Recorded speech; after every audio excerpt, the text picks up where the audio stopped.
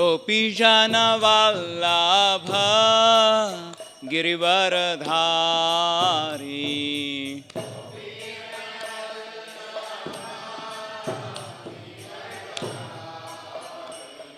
Yashodanandana Brajajana Ranjana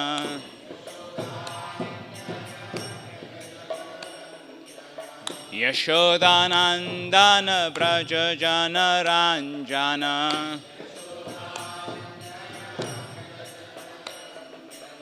Yamuna Tira Vanachari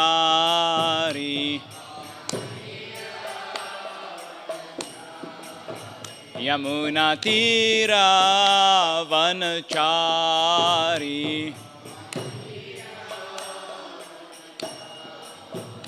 Jaya Radha Madhava Kunja Vihari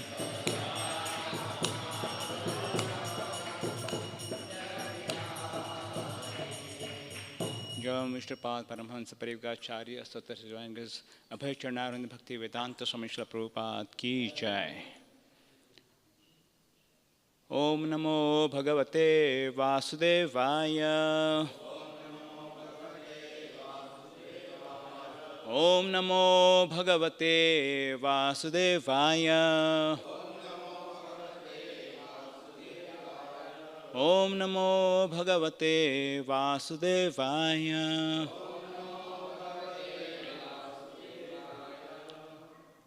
A reading from Canto 9, Chapter 18, titled King Yayati Regains His Youth. We have quite a few shlokas to cover because we don't have a purport for immediate 10 shlokas. So we'll just read the translation and then on 16 shloka we will recite together.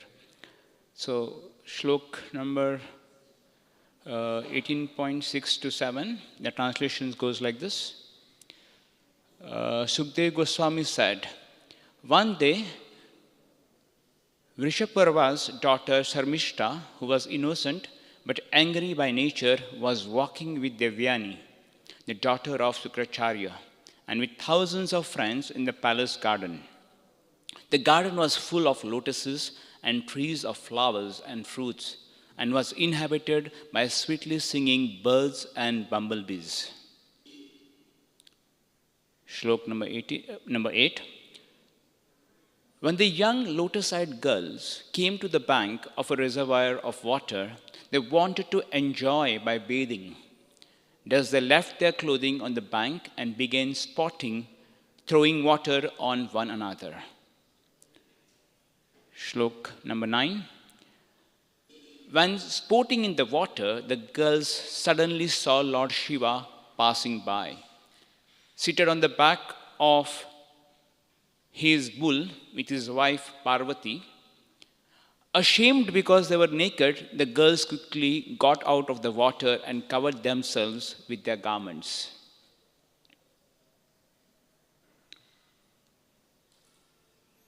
Number 10.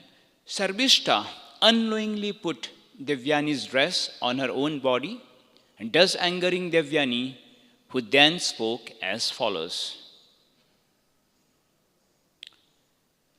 11. Oh, just see the activities of this servant maid Sarmishta. Disregarding all etiquette, she has put on my dress, just like a dog snatching clarified butter meant for use in a sacrifice.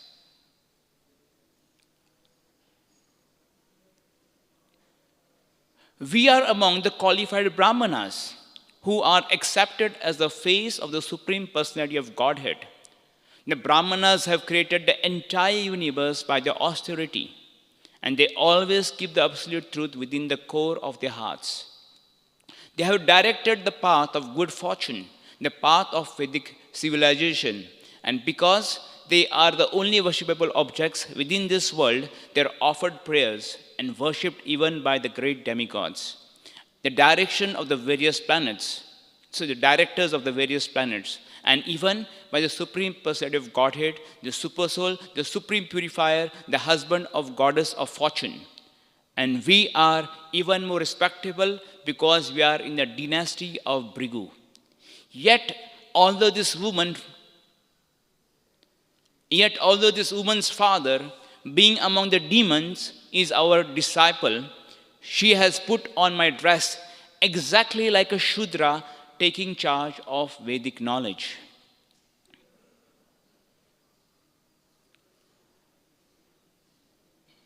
Shukdev Goswami said, when thus rebuked in the cruel words, Sharmishta was very angry, breathing heavily like a serpent and beating her lower lip with her teeth. She spoke to the daughter of Sukracharya as follows. So we'll get to today's shloka. We'll get familiar with the words. Please repeat after me. Atmamritam avidnyaya kathase bahu bhikshuki kim na pratikshase asmakam grihan balibhujah yataha, like. Okay. Atmavritam avinyaya kathase bahu bhikshuki kimna pratikshase asmakam grihan bali bhujo yatha. Atmavritam avidnyaya kathase bahu bhikshuki kimna pratikshase smakam grihan bali bhujo yatha. Atmavritam avidnyaya kathase bahu bhikshuki kimna pratikshase smakam grihan bali bhujo yatha.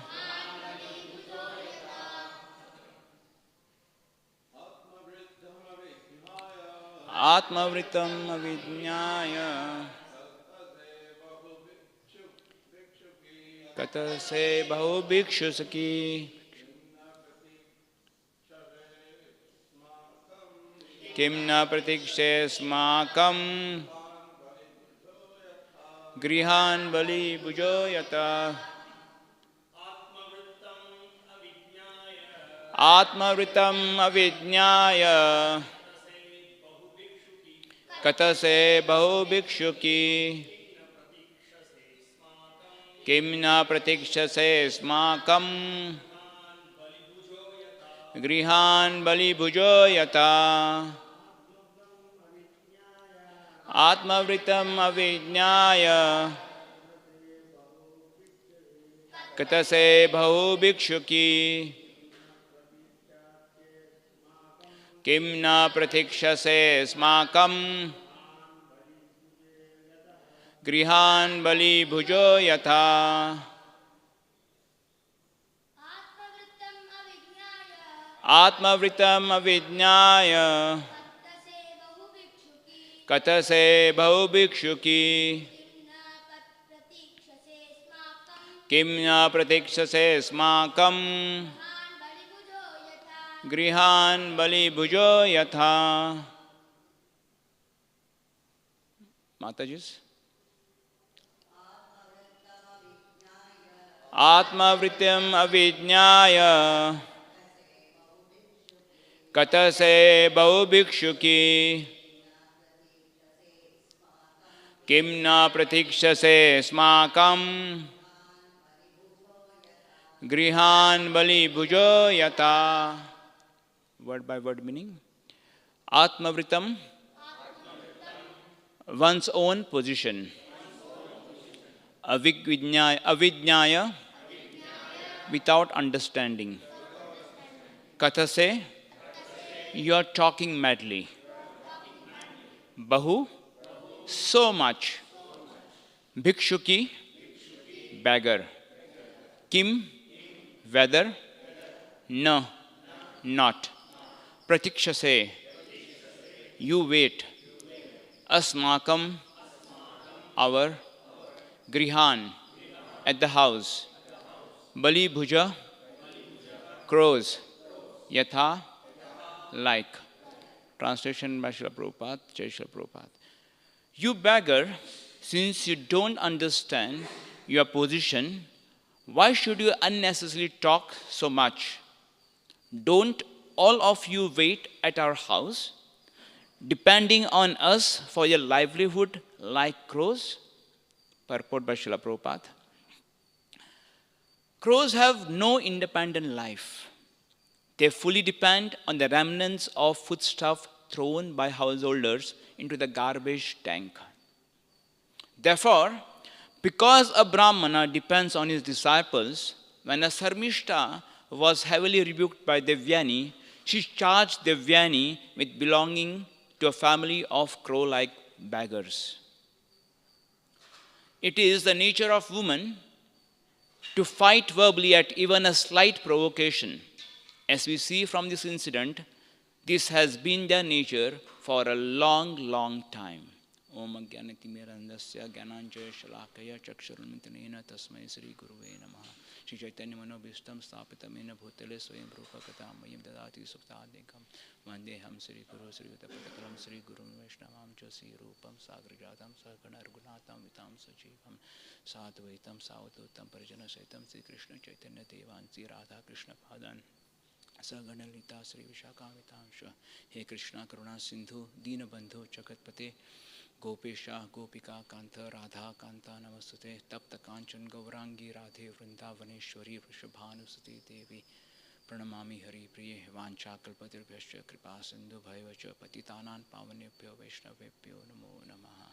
Jai Sri Krishna Chaitanya Prabhu Nityananda Sri Advaita Gadadhar Srivasadi Gaura Bhakta Vrinda. Hare Krishna Krishna Krishna Hare Hare Hare Rama Rama Rama Hare Hare Mugam Karoti Vachalam Pangum Lingaitam Giri Yat Kripatadam Vande Sri Guru Tirataranam Namo Vishnu Padaya Krishna Prishthaya Bhutale Srimate Bhakti Vikasa Swami Namne Namo Vishnu Padaya Krishna Prishthaya Bhutale Srimate Bhakti Vedanta Swami Namne Namaste Saraswati Deve Gauravani Pracharendra Shunyavada Pashatte Ishtarane.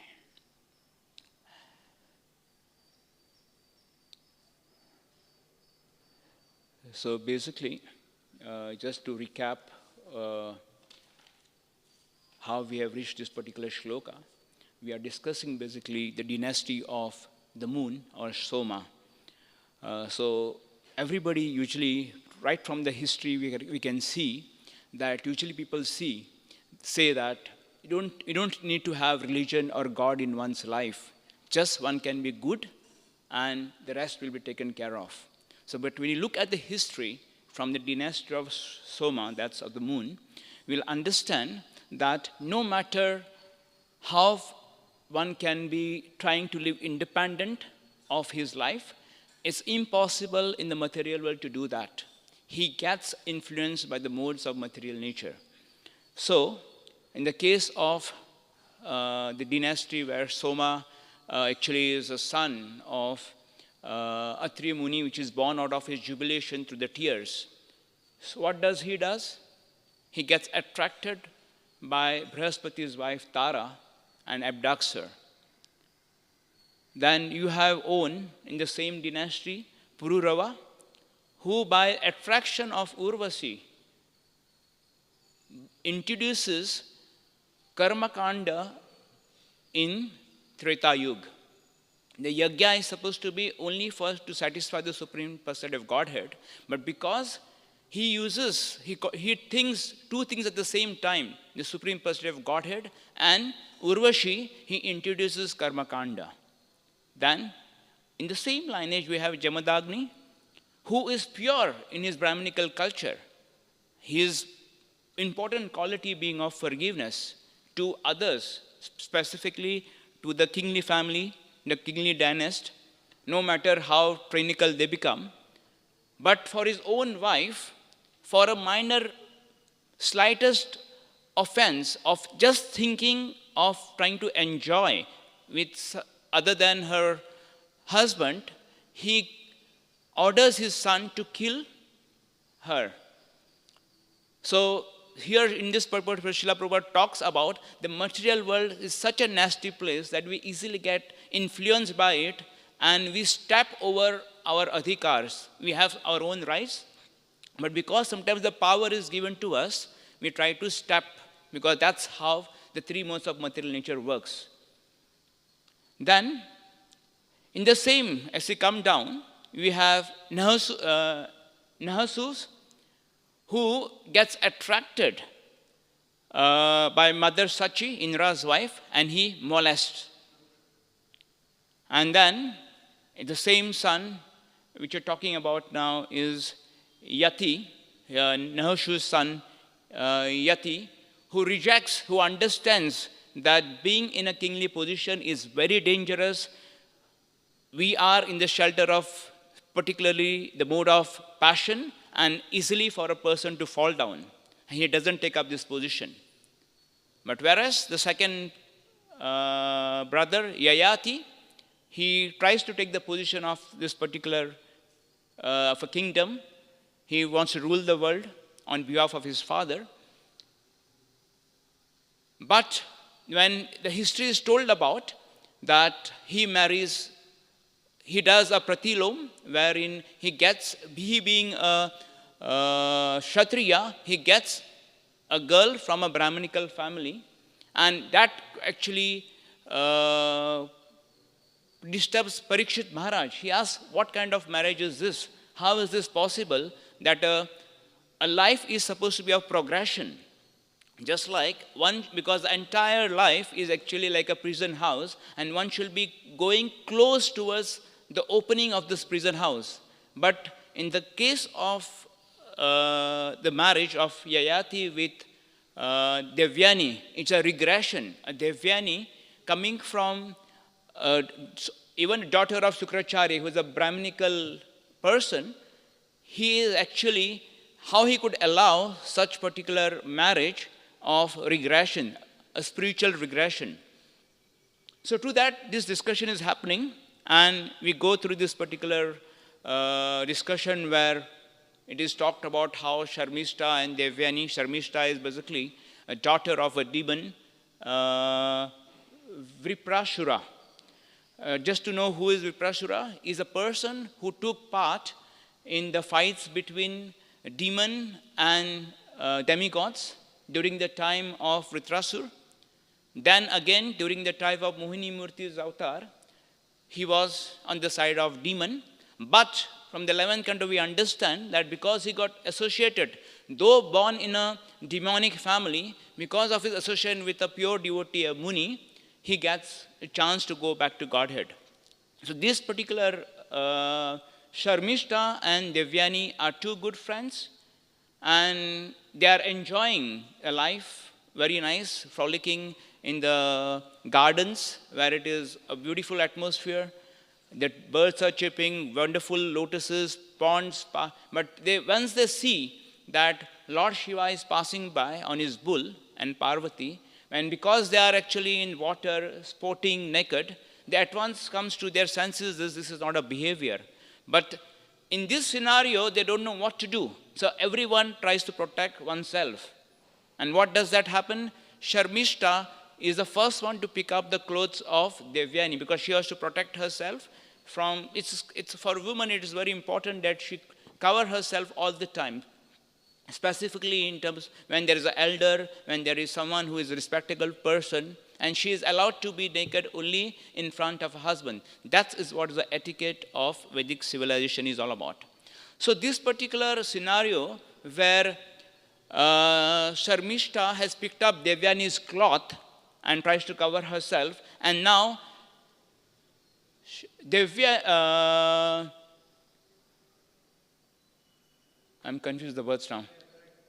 Yeah, Devyani is basically, she doesn't have nothing to cover up. And she at once comes to her understanding to that position that how come this particular girl, Sharmishta, who is daughter of my father's disciple, who is actually a demon, she had that guts to pick up my clothes. And she tries to prove how great the Brahminical culture is. This is what is talked about in Srila Prabhupada's purport, is that the three things to this purport is how Brahminical culture is degraded. Second is how woman is affected by her bodily qualities and the history of it. So coming to this particular Devyani's case, so now she starts to rebuke Sarmishta to show what a elevated position she has. And as she talks about it, she talks only about her conceit. She talks about her position being in a Brahminical family as if that's her right.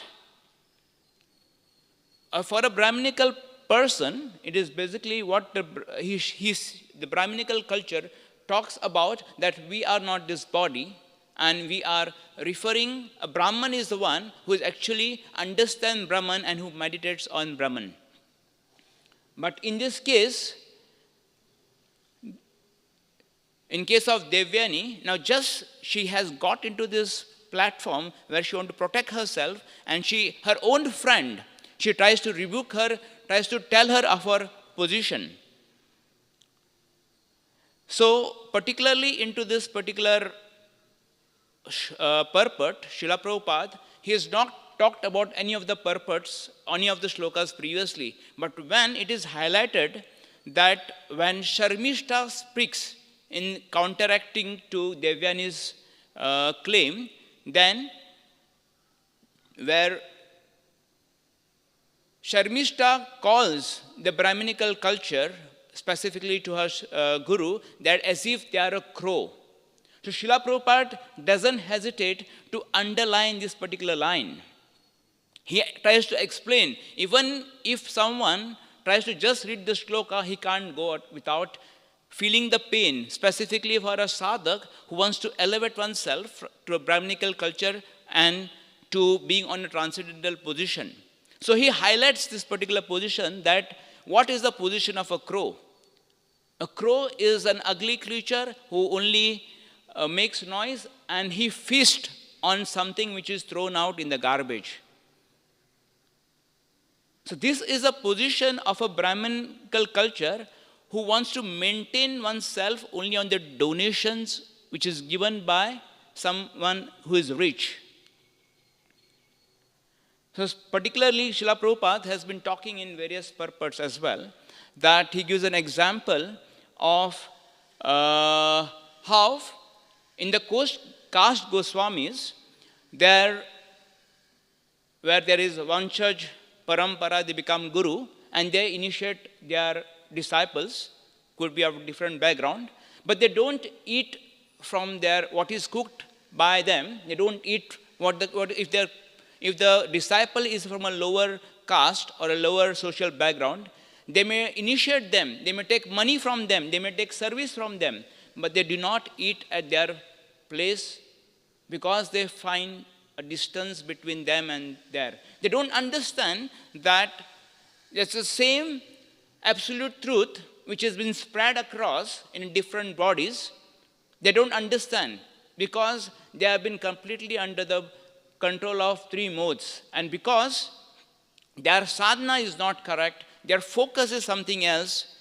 Their focus is not as a being servant to the Supreme Personality of Godhead, but just being born in a particular family. How do I get the rights? How do I enjoy the rights which is there in this particular Brahminical family? So another example given is usually of a Shukracharya and Bali Maharaj, where Shukracharya was really worried when Bali Maharaj was about to give entire conquered, whatever he had conquered, the entire 14 planetary system, he was about to give, but Shukracharya was worried. If he gives everything in charity to Vaman, what will happen to me? Who will maintain to me? He is the same father, Shukracharya is the father of Devyani. The same mentality. It's not the service to the Supreme Personality of Godhead, but how do I get service from the Supreme Personality of Godhead to maintain myself? Another example of the same previous chapters, we learned about Nimi Maharaj and Vasishtha Muni, where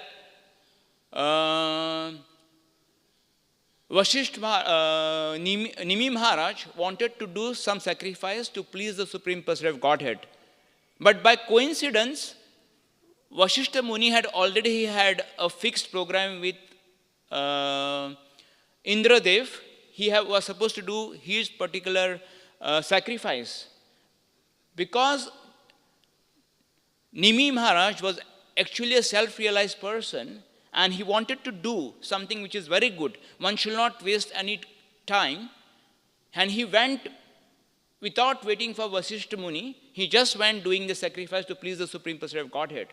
And when Vasishtha Muni understands that he has disobeyed, his own disciple has disobeyed him, he curses him. That how come you have not respected my words and you went to please the Supreme Personality of Godhead without following my order? And to that, he curses him to give up his body. And Nimi Maharaj, being a transcendentalist, completely a liberated person, he could understand the fallen position of his guru, Vasishtha, and he counteracts and tells, because the slightest offense, you are asking me to give up my body, I also ask you to give up the body. Then Vasishtha Muni actually gives up his body, and again he takes birth through the discharge of semen by Mitra and Varuna when they see Urvasi. Whereas King Nimi is given a new life by the Brahmanas, but he objects because he understands this particular body is a source of distress, fear. So this is the position of a transcendentalist. They understand how a material body is affected by three modes. But for a transcendentalist, he knows, he has a compassion to the fallen souls, that they see that these particular jivas, being attracted by the three modes of material nature, they fall victim to the lure of the three modes of material nature. So talking about, Srila Prabhupada talks about how these caste Goswamis, these Vanshaj Gurus, their focus is how do they maintain themselves by taking donations, by taking services, but yet not allow them to elevate their consciousness. Now there are two ways which is talked about of how a guru and a disciple relationship is there. The one which you just talked about is seminal, where the importance is given to the body. But whereas the other one, which we follow, is the importance is given is transfer of consciousness. When the guru, he has a pure consciousness and he also wants to transfer that pure consciousness to his disciple. He doesn't look at the bodily platform of what he comes. An example is given, just like a proper mantra, a bell metal can be converted into gold. Similarly, a person may come from a lower background, but because he comes in contact with the pure souls, out of his sheer contact, because of this proper training by this guru, he can elevate himself to a transcendental position. But Vedas being very difficult to understand for a person who doesn't have love for the Supreme Personality of Godhead, he always gets bewildered. Because again, Vedas has a slight tinge of three modes of material nature. Only by understanding, by service to pure devotees and service to the Supreme Personality of Godhead, one can able to understand the purport of all Vedic literatures into his heart. It just gets reflected. Just we say every day that when we offer, surrender ourselves to the Guru, Divya Gyan is manifested in our heart. There is no need to have some external agency. Just by service, a sadhak who makes the words of his spiritual master has his only life and soul, who surrenders to the Guru's lotus feet, understanding the lotus feet of the Guru is is the abode of bhakti, then automatically when the surrender comes, once this knowledge of Vedic literature is manifested and it is glowing. So this is the danger of being in the material world where jivas, no matter how they try to keep themselves independently living, trying to enjoy, the thought of enjoyment means you're falling prey to the three modes of material nature. So this is the one side where how Brahminical culture is getting contaminated, because the purport of Bhagavad Gita, which is from the parampara, there is no one to try to understand what actually the purport of Bhagavad Gita is. What is the parampara, which is explained by the pure devotees? That becomes, when that is missed in one's life, then one falls prey to the three modes of material nature. The second part of this particular purport, which Srila Prabhupada talks about, is about the woman. So it's a very sensitive topic. Its conditioned nature is to think ourselves as the body. But when you understand the pages of Bhagavad Gita, we understand that body is nothing but a dress. So is the woman's body. Woman's body is for a jiva to take he takes that particular body only because he wants to enjoy in a particular fashion. And because he takes that particular body, there are the qualities of the body. The quality of the woman body specifically is the emotions being much higher than rational intelligence. For them, they rule their life out of emotions.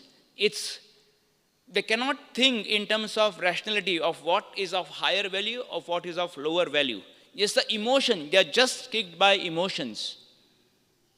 And when this emotions kicks in, then all our intelligence is completely lost. And this is what actually the woman's body is. It doesn't stop there.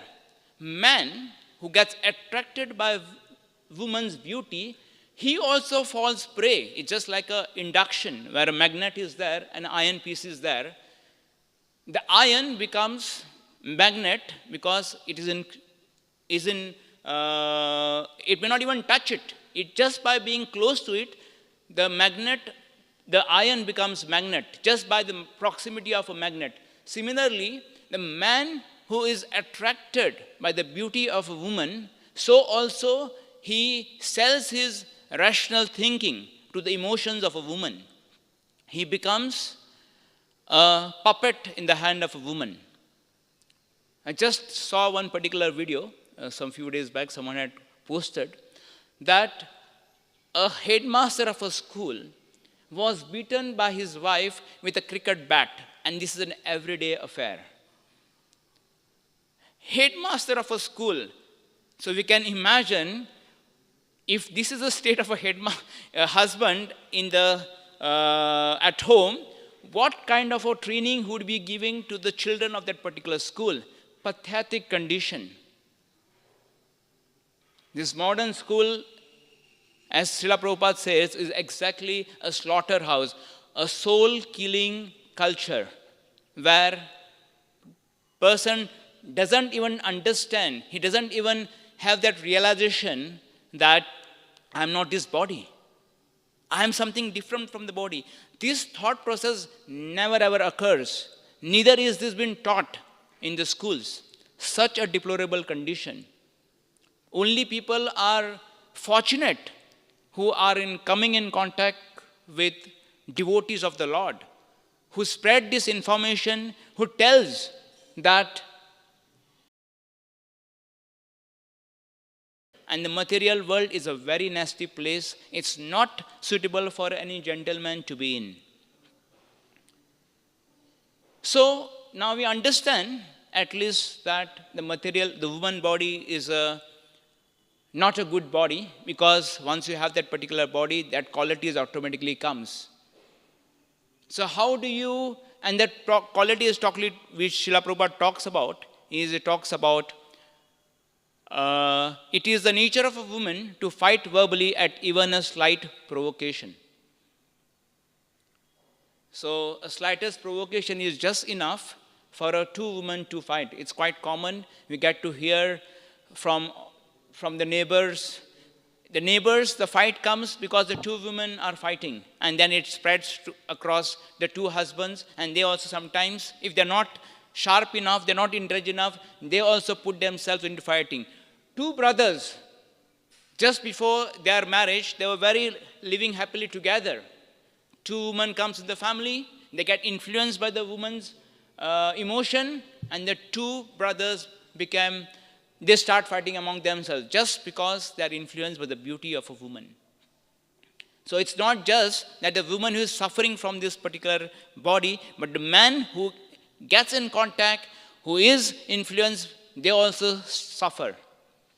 So what's the solution of this particular scenario? So right from the pages of Bhagavad Gita, where Arjuna asks Krishna, when he talks, that the three modes of material nature is very, very prominent. Only the person who is wise is able to see that the stumbling block of devotional service is the three modes of material nature. And they completely condition a jiva. And how do one transcend? He talks about how a person who is transcendental. A transcendental is able to see that how a particular jiva is victimized by the three modes. But the solution, how does he act? Then he tells in a very conscious way that person who is focused on his devotional service, person who is alert not to allow the three modes to be influenced, person who is not disturbed and who does devotional service 24/7 can only transcend these qualities. There is no other way. Then how do we do 24/7 devotional service? Is by simple method. Is by Shravan, Kirtanam and Smaranam. That's the beginning. All the time, if we are thinking of the Lord, how do I offer service of the Lord? And because the Lord is supreme, unlimited, your happiness is also unlimited. And when some petty things comes our way, these petty things it really looks, this is very chiller, it is very small. But when the focus is gone, just like Srila Prabhupada once showed to his disciple a big ship, an ocean liner in the sea. And he asked them, then there was a small boat which was towing that big liner, ocean liner. Then Srila Prabhupada asked his disciple, how is this possible that a small boat is able to move a big boat, a big ocean liner? All his disciples couldn't understand what Srila Prabhupada was trying to say. Then someone hinted that's because that particular towing boat is supposed to do that job. And Srila Prabhupada said, no. Because that particular ocean liner, that big ship, it has turned off its engine. And because if it has turned on its engine, it is free to float. And that's the small boat is able to take advantage of it. That means once Krishna consciousness is off, then the three modes of material nature is able to capture the jiva and make him to dance the way she wants him to dance. So say a very simple example, so much to learn. Once Krishna consciousness is off, then we are puppet in the hands of three modes of material nature. So one should practice that one is not able to give up this particular tendency of picking up fights on smaller objects. Then one should know that one has not made enough progress in devotional service, and go back to Shastras, try to have Shastras not just in the pages, but try to put them in the heart. Secondly, It is talked about as well as the austerity of speech. There are three types of austerity. Usually people talk. People get enamored by doing tapa, austerity.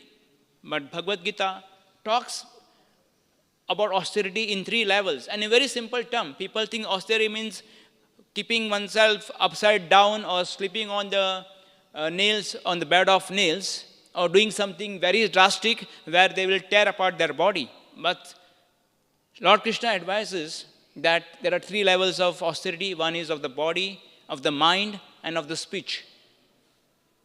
So in the body, in the austerity of speech, the one important that how does one observe austerity of speech?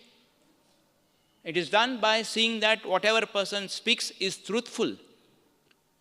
Whatever person wants to speak, that thing is beneficial to other. Whatever person speaks, it is pleasantly spoken. Whatever is spoken, the other person is not disturbed. And above all, whatever he speaks is backed up by scriptural writings, by scriptural injections. He doesn't blabber out of his own whims, but he always quotes scriptures of how the other person can be benefited. So here we see the two places where, in this entire purport and shloka, that how the two areas where Brahmanas, being out of focus, they fall prey. Then depends who is better. The Kshatriyas are better or the Brahminical culture or the Brahmanas are better. There's always a fight because the focus is lost. This is the downfall of a Asuric Varnashram, where the consciousness, the focus is on one's rights and not on duties. And the duty is, how do I please Krishna, the Supreme Personality of Godhead? Then that focus is lost, everything is lost. Then the Varnashram system, which is given by Lord Krishna himself to come out from this material life, that Varnashram system becomes a pain. Then everybody starts inventing. Then people say, oh, Brahman, what is there in a Brahmana? A shika, a thread? Then the government thinks, I can give that particular thread and a shika to any person and make him a pujari. It's not just on a bodily platform. It is the consciousness. It's the consciousness of service attitudes towards God. And by pleasing God, how do I come out from this particular prison house called material world? But the focus is not material world in the modern world. They don't even see it's a material world, it's a jail. They see this is a place for us to enjoy. How do, whatever time I have, how do I pass it very nicely? How do I enjoy the facilities which is given by Mother Nature? But they completely forget the duties. The duties are given in the scriptures. So this is the status of today's modern scenario, where the culture is how do I keep my body in comfort in whatever means, not understanding that I have to come out from this bodily concept of life. And this of woman, which again not able to understand that this is a particular body which is awarded to me because I wanted to enjoy in a certain way, and now because I've got this body, I'm not supposed to transgress certain scriptural injunctions. They don't understand. For them, the scriptures is nothing but some man-made things. Again, it looks like, okay, what happens? I will break the rules. Who is there to stop me? I am equal as any other man. As the man enjoys, I should be also able to enjoy. This particular concept completely destroys, distorts, and puts the jiva in a more hellish condition. The jiva completely unaware due to the illusory energy of the Lord. He just simply goes down and down and down into the material existence, the hellish condition of life. Doesn't understand he's meant to be happy, but for him, happiness lies only in sense gratification. That's only he can extend his happiness to. He thinks, if I satisfy my senses, I'll be happy. Yes, that's the beginning, but that's not the end. When the sense objects are not there, Where is the happiness? Then there's no absence of happiness. That's what the problem with the material world is. When the sense objects are removed, the person, the jiva, feels unhappy. Not knowing that there is a world without having the object of senses besides me, I can be happy. They don't know the technique. The technique is by remembering the Lord, by doing service to the Lord. Because Lord and service of the Lord is completely different. They are non-different. They are one and the same. Because Lord is absolute. But that particular education is not given in the modern world. And we, being part of the society, sometimes we get also influence as a sadhana sometimes. We get influence when we are rebooked or when facilities are withdrawn from us, we also sometimes fall prey. But if we are in the right shelter of a right acharya, the right mentor, who is himself a practicing sadhak, then there is no danger. But otherwise, there's a lot of danger in this material world. So with this, I conclude with my class.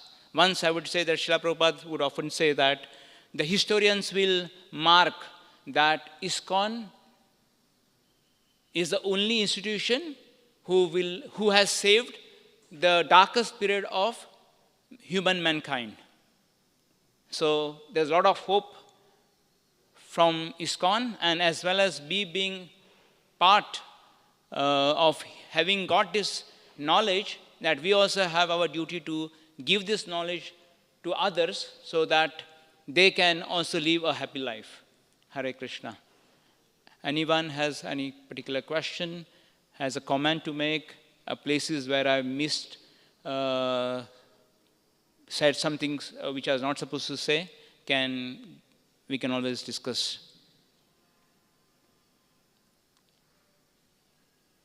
Yes, Mataji?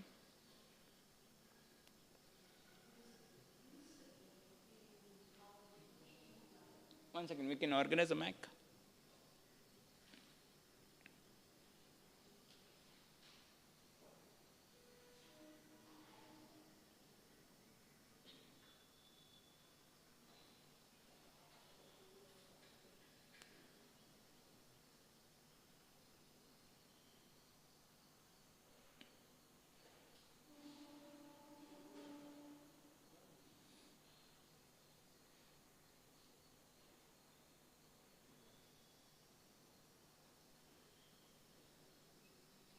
Yeah, sure, we will connect.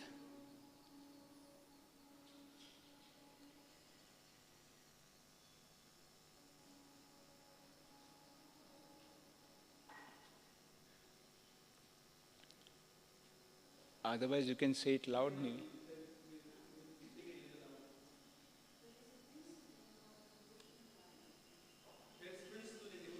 Mm-hmm.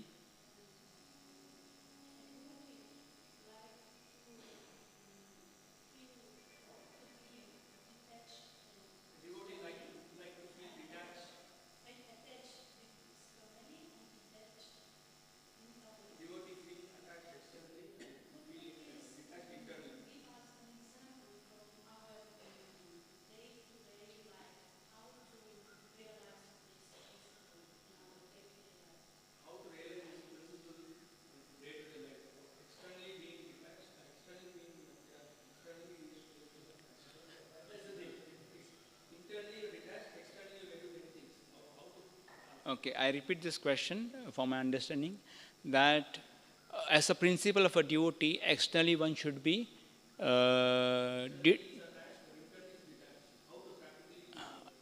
externally attached and internally detached. Yeah? Okay.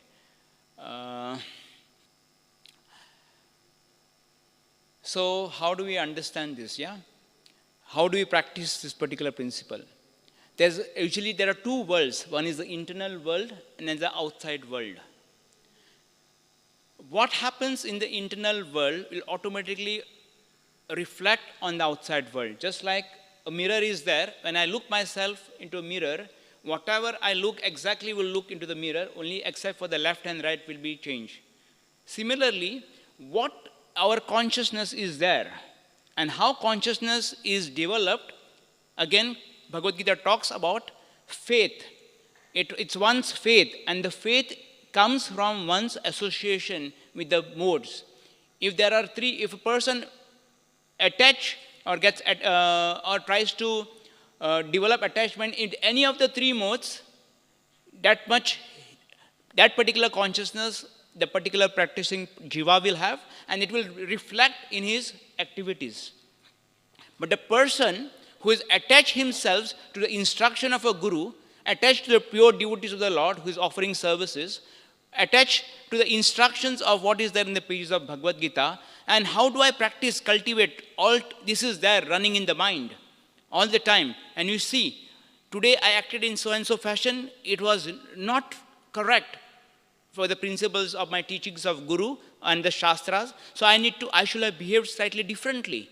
So next time a particular situation is given to me, I will deliberately act the way transcendentalist or a devotee would have behaved.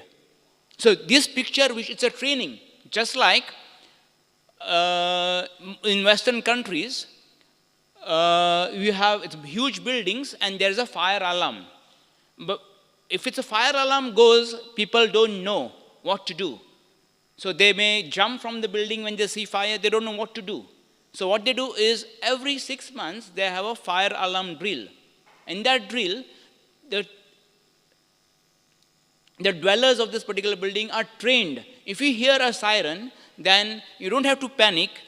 You have to, with a cool head, walk out from the place of that office, take the stairs and go. And this is practice or always every 6 months. So that it becomes a habit of a particular dwellers that in case of a real fire, they don't jump out from the building. There are cases when they see the fire, they don't know how to act.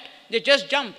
They don't understand that jumping from the building is completely finished. There's no chance of surviving. It's just they'll break their head and they'll die. But they don't understand. They just act out of instinct, out of emotions. That rationality is switched off. But it is only by training that, yes, there's a fire, I need to be cool and walk down the stairs.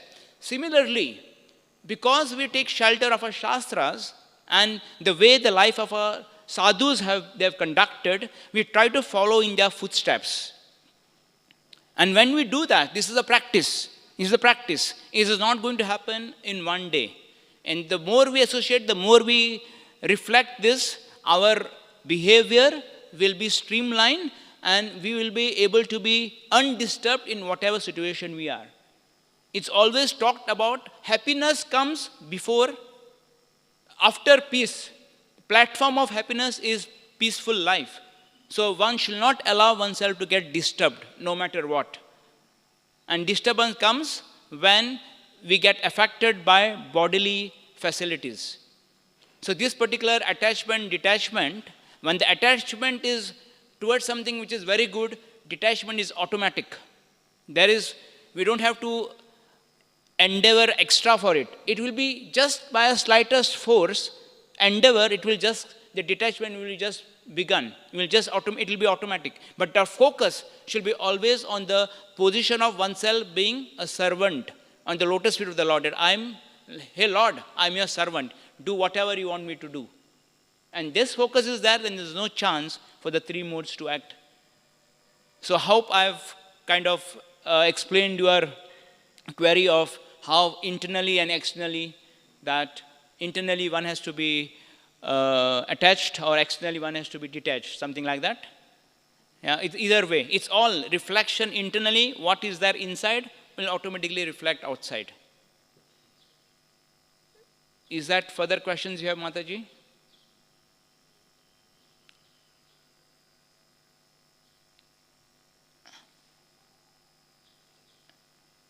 Hare Krishna. Srimad Bhagavatam ki jai. Srila Prabhupada ki jai.